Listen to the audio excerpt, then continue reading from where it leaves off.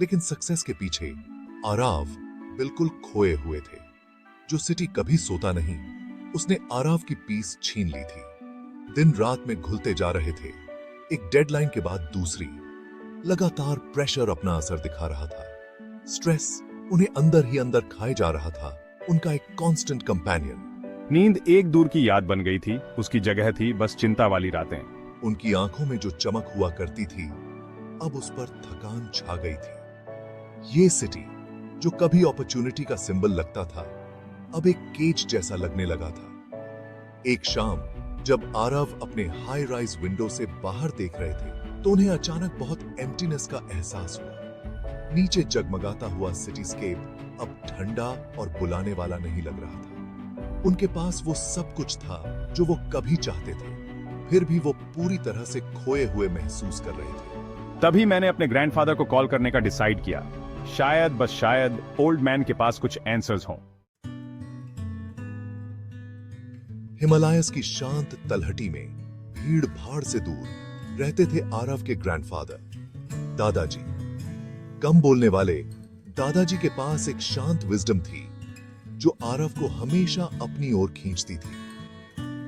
दादाजी ने ध्यान से सुना।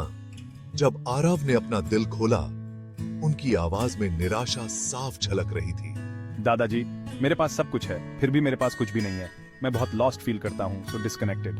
अंदर की दुनिया का असर बाहर की दुनिया पर पड़ता है आरव। तुम पीस बाहर ढूंढ रहे हो, लेकिन असली पीस तो अंदर है। दादाजी के शब्द आरव के दिल को छू गए। उन्होंने अगले कुछ दिन अपने ग्रैंडफादर की कहानियां सुनने में बिताए। महाभारता और रामायणा जैसे एंशिएंट एपिक्स के किस्से, वो अर्जुन के अटूट ध्यान, हनुमान की निस्वार्थ भक्ति, जीवन की केओस के बीच इनर बैलेंस की इंपॉर्टेंस के बारे में बताते थे। ये एंशिएंट टेल्स जो कभी सिर्फ कहानियां थीं, अब आरव की अपनी लाइफ से जुड़ रही थीं।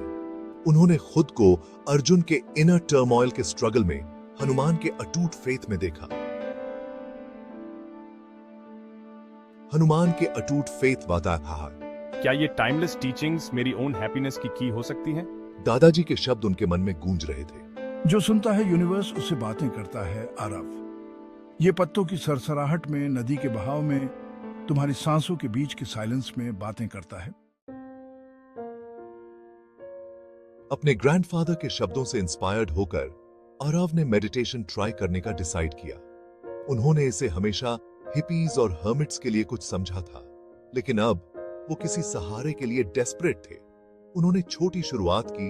हर सुबह सिर्फ 5 मिनट्स अपनी सांस पर ध्यान केंद्रित करते हुए अपने माइंड की लगातार चलने वाली चैटर को शांत करने की कोशिश कर रहे थे। शुरुआत में ये एक स्ट्रगल था।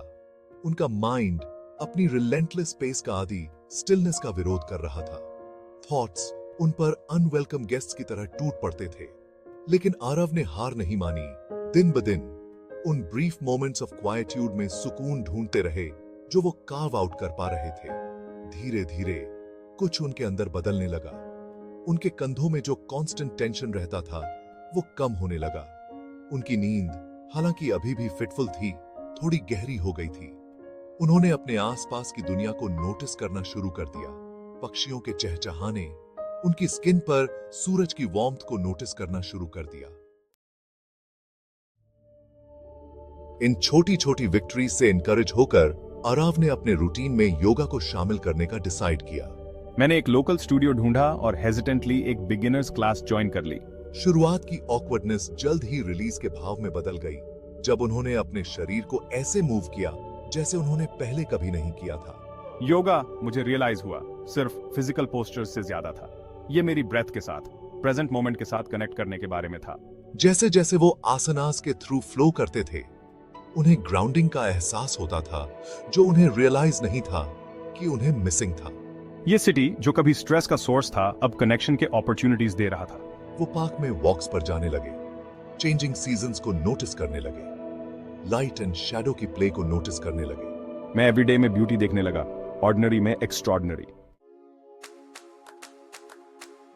हालांकि जिंदगी अचानक से बेड ऑफ रोजेस नहीं बन गई थी। चैलेंजेस अभी भी आते थे, डेडलाइंस अभी भी थीं, लेकिन आरव का अप्रोच बदल गया था।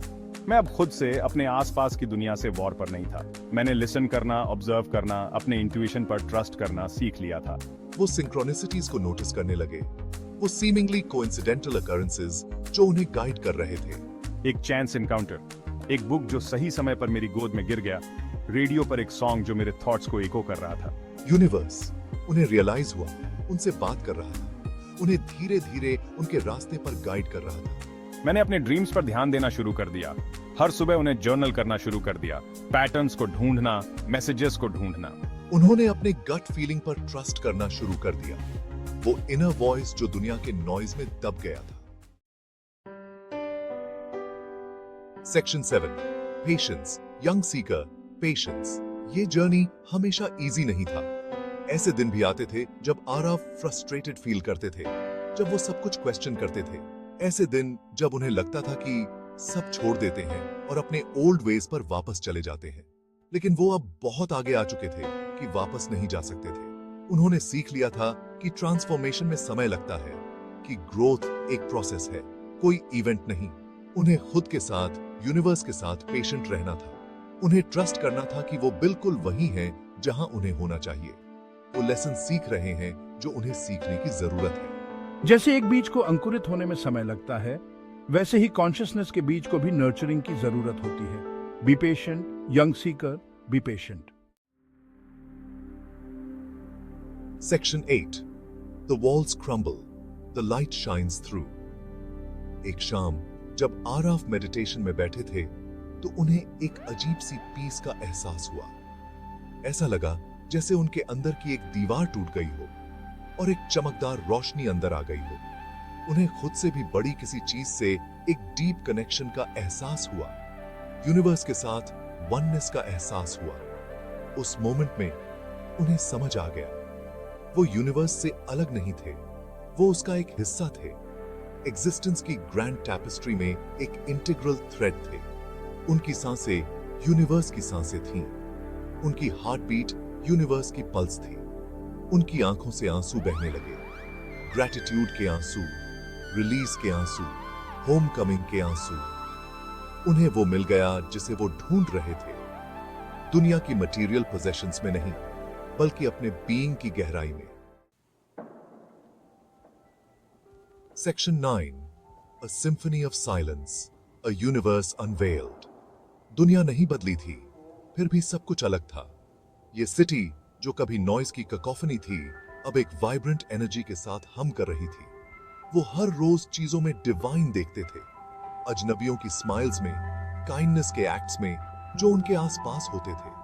उन्होंने मेडिटेशन और योगा की अपनी प्रैक्टिस जारी रखी, अब ऑब्लिगेशन से नहीं, बल्कि प्योर जॉय से।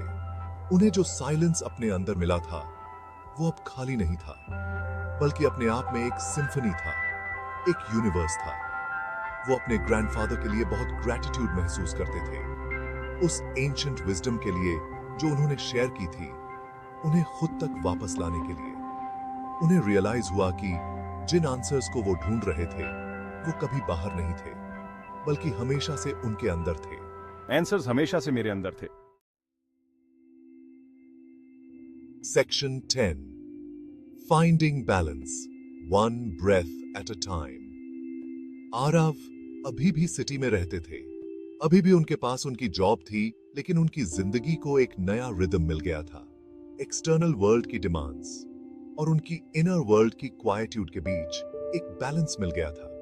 उन्होंने सीख लिया था कि असली सक्सेस मटेरियल पोजेशन से नहीं मापी जाती, बल्कि उस पीस से मापी जाती है जो उन्हें अपने अंदर मिलता है।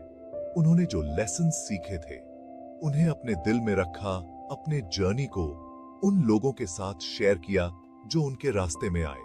उन्होंने डिस्कवर किया था कि यूनिवर्स उन लोगों से बात करता है जो सुनते हैं, और कभी-कभी सबसे बड़े जर्नीज वो होते हैं जो हमें खुद तक वापस ले आते हैं। उनकी स्टोरी एक रिमाइंडर है कि पीस कोई डेस्टिनेशन नहीं है, बल्कि एक जर्नी है, सेल्फ डिस्कवरी का एक कंटिन्यूअस प्रोसेस है, अपने अंदर की स्टिलनेस से कनेक्ट करने का, यूनिवर्स की विस्पर्स को सुनने का। ये एक ऐसा जर्नी है जो एक ही सांस से शुरू होता है, अवेयरनेस के एक ही मोमेंट से, अपने दिल की तरफ उठाए गए एक ही कदम से। ये जर्नी एक ही सांस से शुरू होता है, अवेयरनेस के एक ही मोमेंट से, अपने दिल की तरफ उठाए गए एक ही कदम से।